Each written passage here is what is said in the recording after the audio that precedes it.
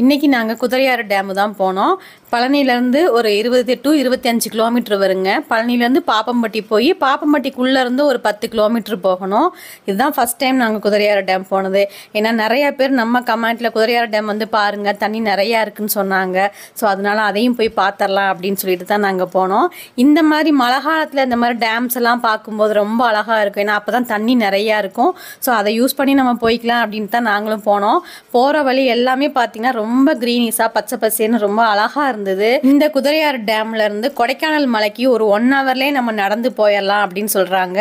டேம்ல இருந்து மேலே ஒரு மலை போகுதுங்க. அந்த மலையிலேருந்து நடந்தே போனால் 1 மணி நேரத்துலேயே கொடைக்கானல் ரீச் பண்ணிடலான்னு சொன்னாங்க. ஸோ அது கேள்விப்பட்டிருக்கோம், நம்ம போனதில்லை. அங்கே குதிரையாறு டேமுக்கு மேலே ஒரு கோயில் கூட இருக்குதுன்னு சொல்லியிருக்காங்க. ஸோ நம்ம ஃபஸ்ட் டைம் போனதுனால எங்களுக்கு எதுவுமே தெரியல. அங்கே இருக்கவங்ககிட்ட நாங்கள் எல்லா டீட்டெயில்ஸும் கேட்டோம்.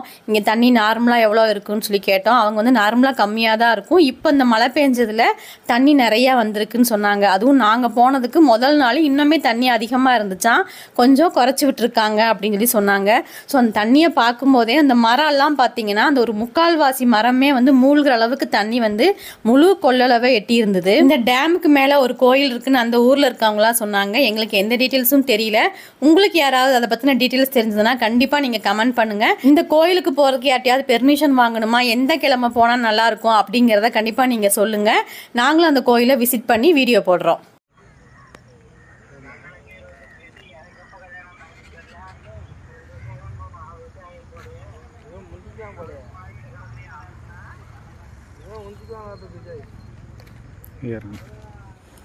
குதிரையாறு டேம் வந்தாச்சுங்க. கிட்டத்தட்ட இதுதான் ஃபஸ்ட் டைம் குதிரையாருக்கு டேமுக்கு நான் வர்றது. இங்கேயே தான் சுற்றிக்கிட்டு இருக்கோம். இத்தனை வருஷத்தில் நான் குதிரையாறு டேம் வந்ததில்லை.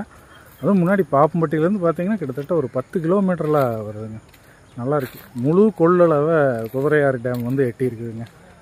இப்போ வந்து 2 அடி குறைச்சிருக்கிறாங்களாம் நேற்று நைட்லேருந்து.